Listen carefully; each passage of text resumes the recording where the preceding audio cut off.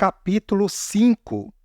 Põe-se o primeiro verso, começando a explicar como esta contemplação obscura é para a alma não somente noite, mas também pena e tormento.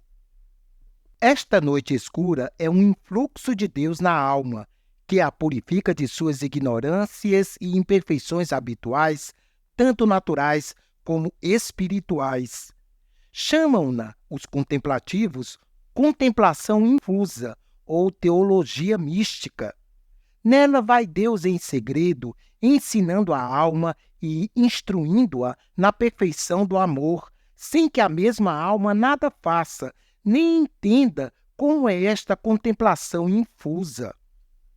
Por ser ela amorosa sabedoria divina, Deus produz notáveis efeitos na alma e a dispõe, purificando e iluminando para a união de amor com Ele.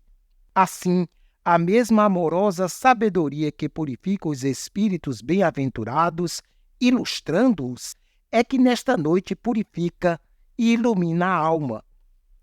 Surge, porém, a dúvida: por que a luz divina, que, conforme dissemos, ilumina e purifica a alma de suas ignorâncias, chama a alma agora, entre aspas, noite escura? A isto se responde: por dois motivos, esta divina sabedoria é não somente noite e trevas para a alma, mas ainda pena e tormento. Primeiro, por causa da elevação da sabedoria de Deus, que excede a capacidade da alma e, portanto, lhe fica sendo treva. Segundo, devido à baixeza e impureza da alma, e por isto lhe é penosa e aflitiva, e também obscura. Para provar a primeira afirmação, convém supor certa doutrina do filósofo.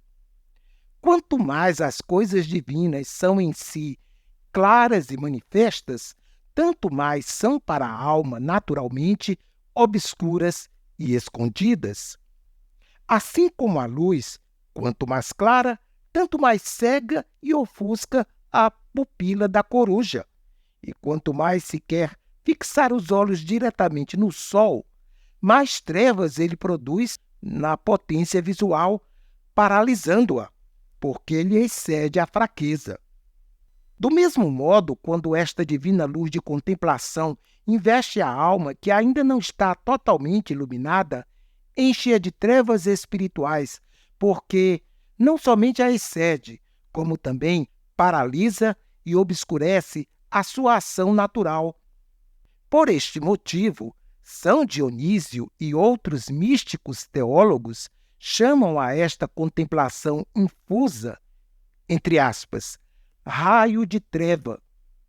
Isto se entende quanto à alma não iluminada e purificada, pois a grande luz sobrenatural desta contemplação vence a força natural da inteligência, privando-a do seu exercício.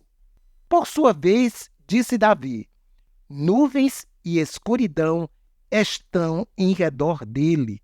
Salmos 96, 2. Não porque isto seja realmente, mas por ser assim para os nossos fracos entendimentos, os quais, em tão imensa luz, cegam-se e se ofuscam, não podendo elevar-se tanto. Esta verdade o mesmo Davi o declarou em seguida, dizendo: pelo grande resplendor de sua presença, as nuvens se interpuseram. Salmos 17, 13. Isto é, entre Deus e nosso entendimento. Nota: citação aproximada. O texto diz: as nuvens se desfizeram. Daí procede que este resplandecente raio de secreta sabedoria, derivando de Deus a alma ainda não transformada, produz escuras trevas no entendimento. Está claro que esta obscura contemplação também é penosa para a alma nos princípios.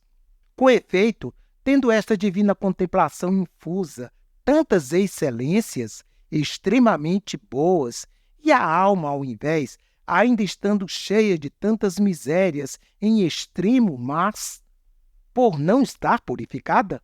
Não podem caber dois contrários num só sujeito que é alma.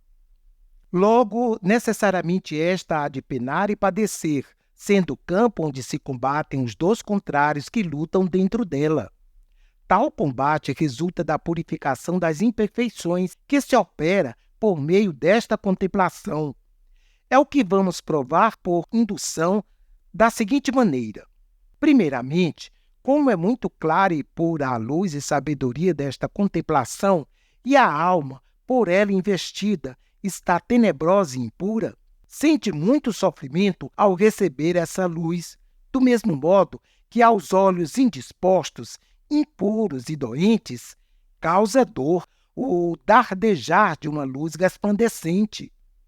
Esta pena que padece a alma, por estar ainda impura, é imensa, quando deveras tal divina luz a investe. Quando, de fato, a pura luz investe a alma a fim de lhe expulsar a impureza, sente-se tão impura e miserável que Deus lhe parece estar contra ela e ela contra Deus.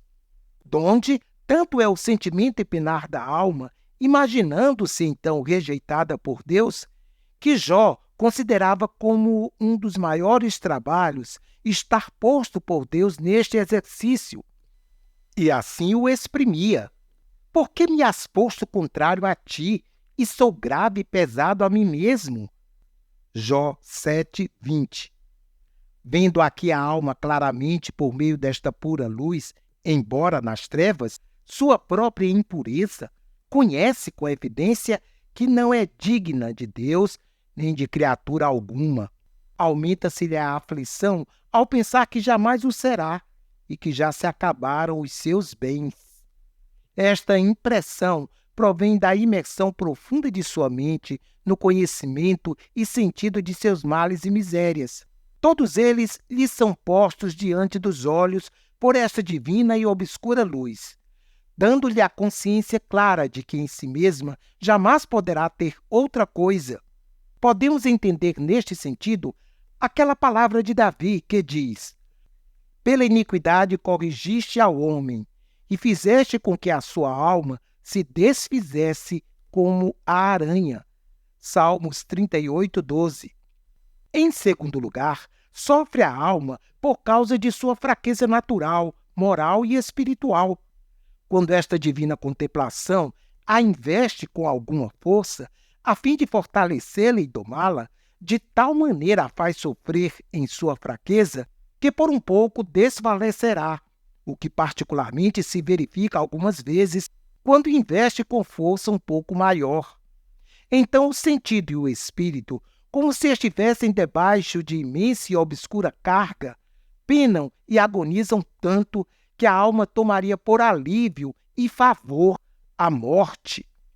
Ao experimentar Jó esta pena, dizia: não quero que contenda comigo com muita fortaleza, nem que me oprima com o peso de sua grandeza. Jó 23:6.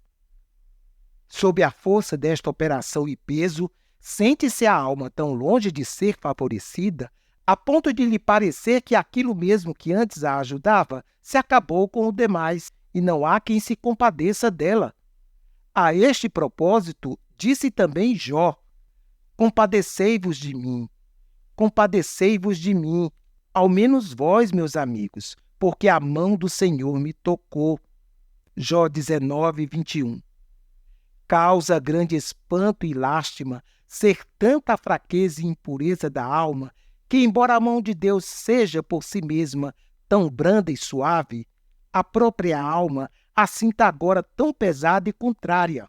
Ora, esta mão divina não pesa nem faz carga, mas apenas toca, e isto o faz misericordiosamente, com o fim de conceder graças à alma, e não de castigá-la.